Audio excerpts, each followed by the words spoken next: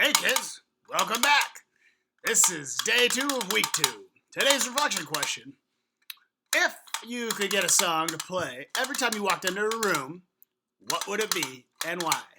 This is not your theme song like we asked you before. Don't forget to be thoughtful. 2 to 3 complete sentences. See you later.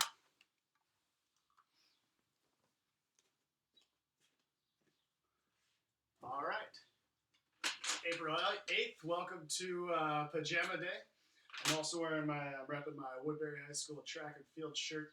I'm missing the track season and all those athletes out there, but thought I'd rep my shirt just for that. Thanks, Rex, for the reflection question. Don't forget to go respond with 2 to 3 complete sentences. As a reminder, I've had students continue to ask me how to make those submissions. Click on the assignment. Top right, it says submit. Once it opens the window, it's the middle tab. It'll give you a text box where you can put your submissions. All right, we've got 7 agenda items today. Again, I'm filming this on Tuesday, April 7th for Wednesday. So Tuesday, just to check out the neighborhood. It's about 12:30. Wonderful outside. It smells good. Birds are chirping. Still overcast. I think those clouds are going to burn off. And it's going to be sunny, and I'm here at a high of 67 degrees. I'm going to be going for a run around 3:30. All right, our 7 agenda items are, 1, I'm going to talk about that bonus assignment that I introduced in day 1's video of week 2. 2, I'm going to talk about reading quizzes. 3, I'm going to be talking about that Mr. Ermer's contact information document I put in our distance learning folder. I've updated it with some reading resources. 4, we talk about student selfies. So Mr. Adi is in charge of the yearbook, and he's got some information about you, or for you. 5, student activities from last week's Rex reflection. I've made a list. I'm going to share what you are all up to, and hopefully that'll give you some ideas from your peers about what you can do and have fun while you're being isolated and socially distancing. 6, I've got a new activity I think you'll enjoy. It's called Show and Tell. It's an opportunity, not an obligation for you to share things you're doing. I'll talk a little bit about that. And then 7, the last thing before I read aloud, I'm going to sing a song to you that I made up this morning. All right, let's get to it though. Our first agenda item, bonus assignment. I was really excited about that. I know day 1's video was a bit somber, a bit sad, but it's okay to be sad sometimes and think about, be thoughtful for those people that need to be reached out to. So that's why I wanted to do that. I emailed your families expressing that same thing, that I think it's a valuable thing for you to do. So please go out and do it. Yeah, I'm not grading it. No, I'm not grading it, but I think it's such a valuable thing. I've had 4 people already respond back to me with their experiences talking to those people. One spoke to their great-grandmother, and she was very grateful that they had reached out. So please do that. Email me your responses. I'll share some of those experiences with the class as I get them. 2, reading quizzes. I've been eating almonds. Don't worry about it. Excuse my cough. Reading quizzes. That link is still in our Schoology. It's in our distance learning folder now. And you're expected to do 5, not 7, for trimester 2. So we brought it down from 7 to 5. I know students have had issues with finding book access, and I've got an update about that now. So that's 3. So if you don't have a reading quiz, if you don't click on it, there's no monitor password anymore. Just click on it, find a quiz, take the quiz, and I can monitor you from my offsite studio who's taking quizzes. You need to do 5 books in the next 2 months. Reading Mr. Ermer's contact information document. I've updated that to also include online reading resources. So some of you, we can't go to the library anymore. Washington County libraries are not open. So what you can do is Mr. Adi has provided us with several resources. I've put the links in my contact information document, and I've relabeled that contact information document to include online reading resources. So if you want to find a book that you can read from your tablets, your devices, or your computers, or your phones, the resources are available for you, as well as Audible, so you can listen to stories as well, and I'll count that. Action item 4 is student selfies. So Mr. Adi is in charge of the yearbook, and uh, because we have had an abbreviated school year, or at least it is being abbreviated a little bit, we're not going to have a lot of photos that typically would be going along with, let's say, spring sports. So if you're going to take some selfies and you want to get your photos into the yearbook, take selfies at home. Get yourself doing sports. If you're a basketball player, get yourself playing hoops at your neighborhood playground. Make sure you're social distancing. But upload those student selfies. You have until 3 p.m. this Friday. So take your selfies, get them uploaded. Mr. Adi will think of a creative way to get those into this year's yearbook. So that'll be fun. The link is in my distance learning folder. So check it out. It says yearbook, student selfie, and it sends you to a form where you can upload your files. So you have until 3 p.m. this Friday. Action item 5, student activities. So from last week's Rex reflection was what's the most unusual or fun or interesting activity you've done while you've been on lockdown and social isolation. And I wanted to share that list. There were some repeats, so I won't say them all, but I want to share this to give you some ideas, some creative things that are happening out there. Somebody got interviewed by a reporter, so I thought that was interesting. A lot of people have been outside a lot, so that is an exciting thing for people to do, stay occupied. A lot of video games are being played. And some students down here say Super Smash Brothers and Just Dance is are popular ones I've heard about. Somebody built a cardboard fort, and I thought that was fun. 2 people comment about trampolines. One of them had theirs break. I'm sorry about that. That's a bummer.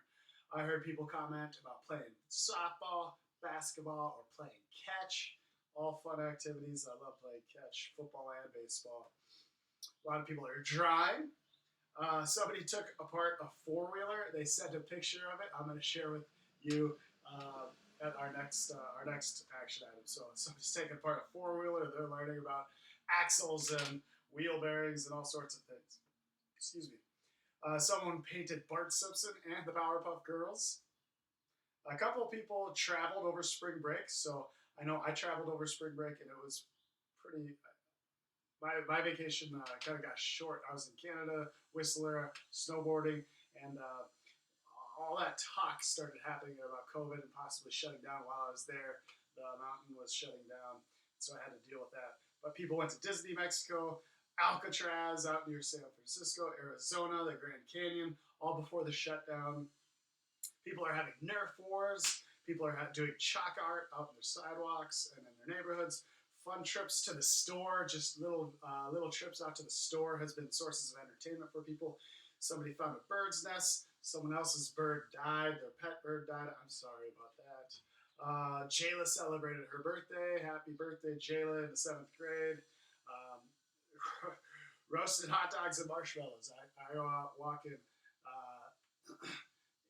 the neighborhood, and I smell a lot of campfires, so it's pretty fun to smell that. Movies and YouTubers, ping pong. Somebody's excited that they can sleep until 2 p.m. all the time without getting in trouble, so long as they're doing their schoolwork. Rollerblading, nature walks, playing with their dogs, and somebody's cat had baby kittens. So that's fun. Love to hear it. All right, the second to last activity is show and tell. I've got my personal computer up here so I can kind of display while I'm recording the video. This is somebody's 4-wheeler. They put this in Rex's reflection question. They can see the front end's completely off. So in show and tell, what you're going to do, there's going to be a new assignment, not graded. If you have projects you're working on or doing cool stuff or just having fun on a nature walk and you see something cool, you want to take a picture, you can upload it to show and tell. Mr. Hoffman, one of our assistant principals, told me you can't have addresses, phone numbers, or any student contact information or data privacy information. So just if you do send stuff that has your address, phone number, or any other data privacy things, I can't post it. But if you want, and you want to share cool stuff that you're doing or seeing out there, I'm going to do a daily slideshow with people's show and tell. Just give me a quick description and upload your link, and I'll share whose it is and what it is with the class. There's Mercury. So this is my show and tell. I got to see him, and he was really excited. We were playing chase because we're still social distancing. I'm not touching him. I can't give him uppies or throw him up in the sky. That's my brother back here, Jason, Mercury's dad. That's their house in the background. That's Mercury's mom, Amanda, and there's he is. They're out doing some yard work. I saw them a couple days ago, and on my walk back to my car, there's a turkey in Minneapolis. I thought that was pretty crazy. So that'll be show and tell. I'll be doing it pretty regularly. And I thought that was going to be a fun way for you to connect with those friends that you haven't been able to see in a long time and see what people are up to. And maybe also give us some creative ideas about what we can do to entertain ourselves, because I know we've got some weeks ahead of ourselves where we're still going to be social isolating. So, and then just as a reminder, I know day one's video was a bit somber and sad, and like I said, it's okay to be that way. Sometimes I know I've felt reflective and sad sometimes. And that's why I wanted you to reach out to those people in your lives that could use a conversation and a phone call. But I've got a fun day. The rest of our lesson today, I've got a blues song I wanted to share with you. I wrote it this morning, at least a couple verses of a song. I know I've got the microphone here, so it might sound a little distorted, but I thought I'd share it with you and have a little bit of fun today. I woke up this morning. I couldn't get out of bed. So the coffee I started pouring helped to ease this terrible dread. So here I am. And so are you. Just doing it for the gram. About to give my pancakes a chew. All right, it's good to be back. Day 2, week 2. And I just want to give a shout out to Silas again, 6th grade. Thank you so much for giving your family, lending us your Washington County Library book. And rest assured, I did contact Washington County Libraries. I got the barcode up here. I talked to a librarian, internet chatted with a librarian.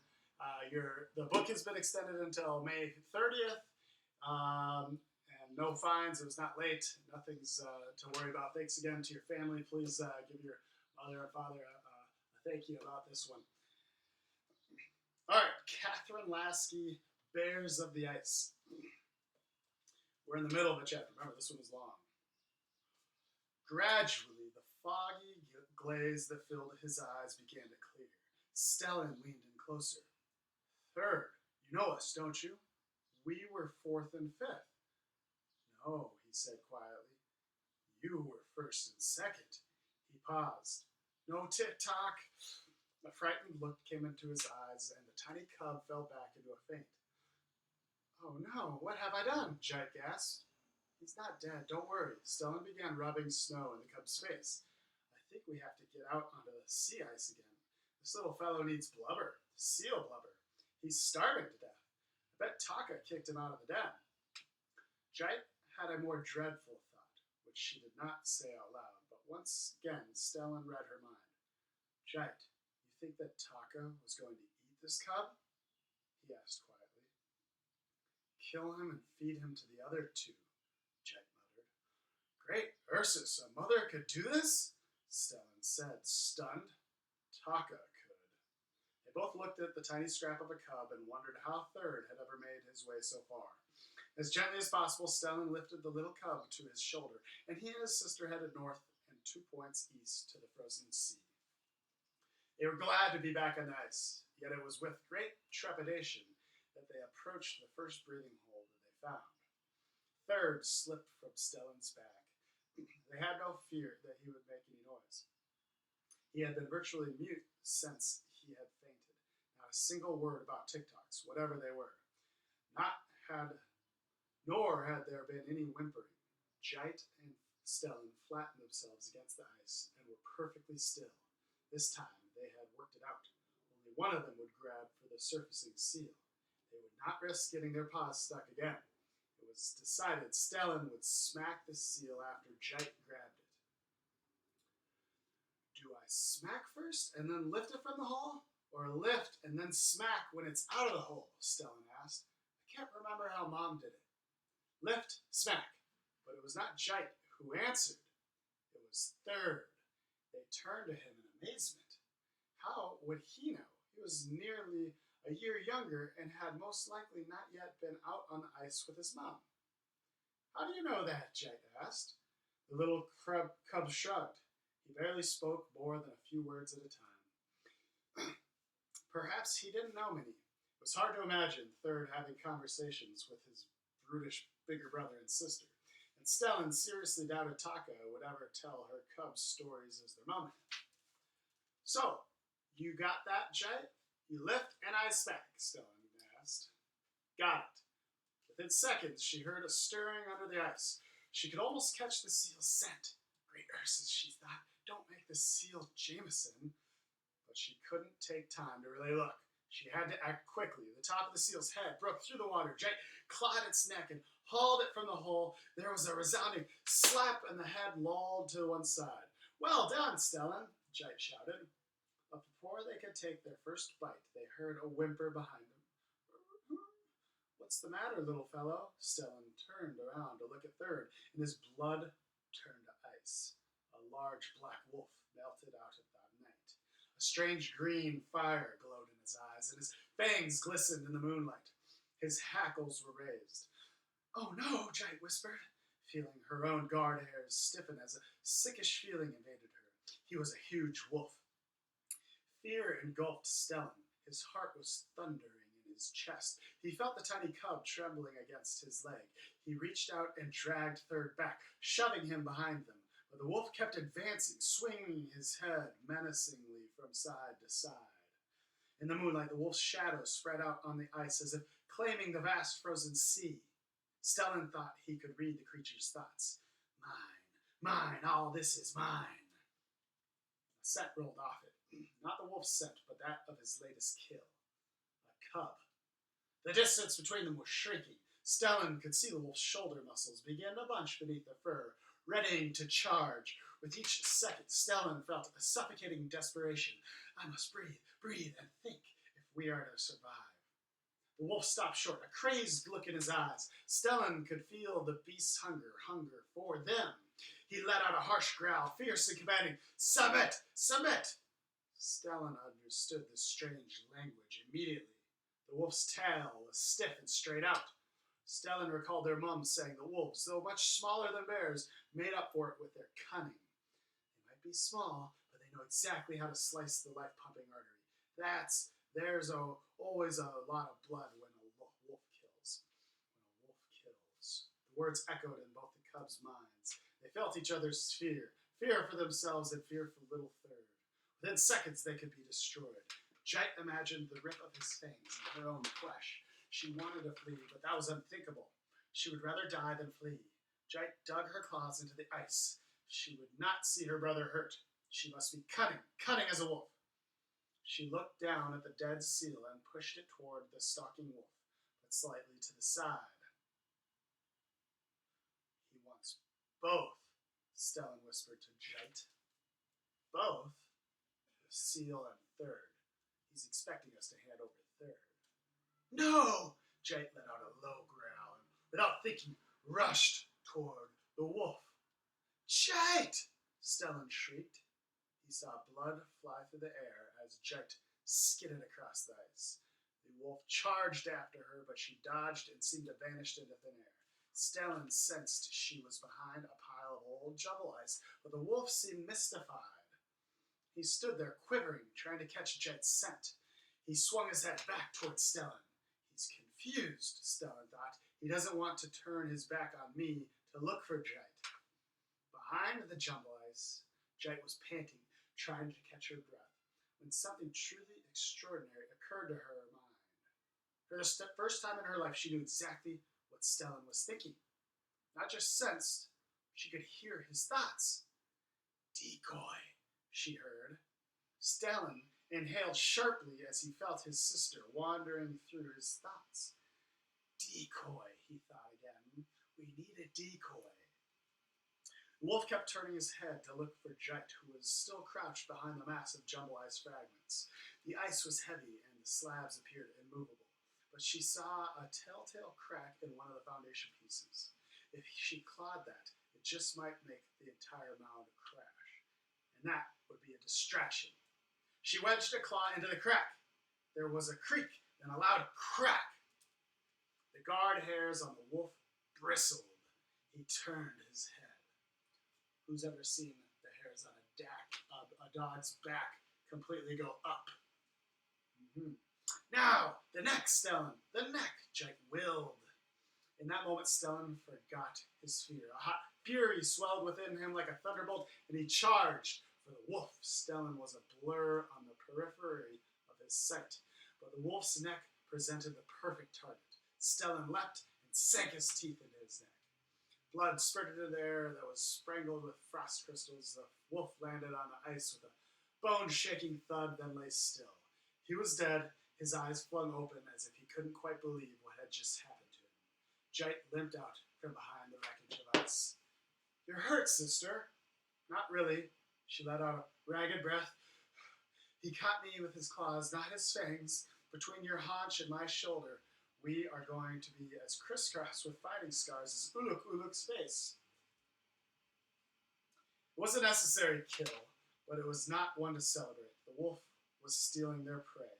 They did what had to be done. Jite and Stellan looked into each other's eyes. A realization threaded through them. We have no one. We take care of these things ourselves now. The three cubs turned their backs on the wolf and began to tear at the seal. With each bite, Third gained strength. Indeed, he almost appeared to grow fatter before their eyes. Jite and Stellan were both immensely curious about Third. What had Taka done to him? How had he come all this way? They felt, however, that such questions had to wait until Third was stronger.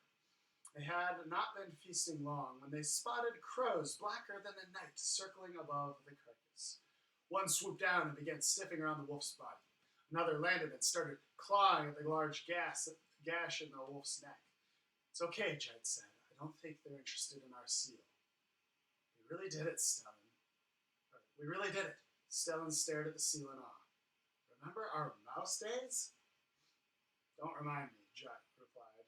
"I suppose we'll know we're real hunters when we're tailed by a Nunavik fox instead of crows." "You are a real hunter, Jite." Stellan looked up. A blob of blubber hung from the corner of his mouth. "You hooked that seal right in the neck and hauled it up."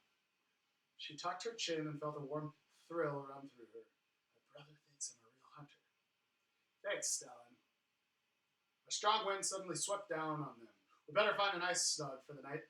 The ukar is starting to blow. I feel its fangs," Stellan said.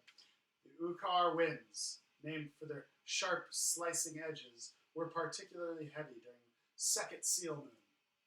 Stellan stood on his hind legs with Third upon his shoulders. "My, he has grown," thought Jite regarding her brother. She wondered if she had grown as tall. She stood up as well and joined him in scanning the horizon. The red band was just showing. She checked the timepiece. Yes, they were still on track with the course Uluk had set. The pointer for true north always lined up with never moves, and they would keep 2 points to the east of it, as Uluk had told them. The ice on the sea was changing. It was different from when they had first gone on it after finding Third, but it was not yet the Clarkin ice. "Over there, snug," Third said, pointing with his small paw toward a pressure ridge. Pressure ridges always offered good wind protection. Stellan tipped his head up. "Good work, Third." Gave the cub's leg an affectionate pat. Third beamed with pride. That simple little pat on his leg was as good as the taste of blubber. "I'll tell you my story when we find shelter, I promise." Words seemed to be coming more easily to him now. "But can you tell me where are you going? What are you looking for? Your mom? I know some mums are good." Stellan sighed wistfully. "Our mom was very good, but we think it might be easier to find our father." "Our Da," Jite said. "He's in the northern hunting grounds. That's why we look for never moves." "Never moves?" Third asked. "The star that points north. Our mother showed it to us." "Your mother showed you stars?" Third's voice was filled with wonder. "Yes," Jite said, "and pointed out the ones she and our Da were named for." Goodness, Third exclaimed softly. As the three cubs walked off from their kill site, the crows lifted their heads from the carcass. Their beaks were bloody. The largest of the crows nodded to the other three. They set off in the opposite direction of the cubs and rose, flapping like rags of darkness in the sky. Why do you think the crows are following the cubs? All right, again, I recorded this on Tuesday, April 7th, but you're probably watching this on April 8th. You should be watching on April 8th. So get out there, get your PJs on. It's PJ Day, and look out for communication from the school. Next week is going to have more Spirit Week, so you'll see me dressed in some different attire, and I'll explain it next week. So it's been great to see you. Don't forget, now you need to do Rex's reflection, read for 20 minutes, and then there's an assignment in Schoology called Interpreting Timelines, and it's about technical reading and understanding technical technographs and timelines. All right, I miss everybody. Hope you're well.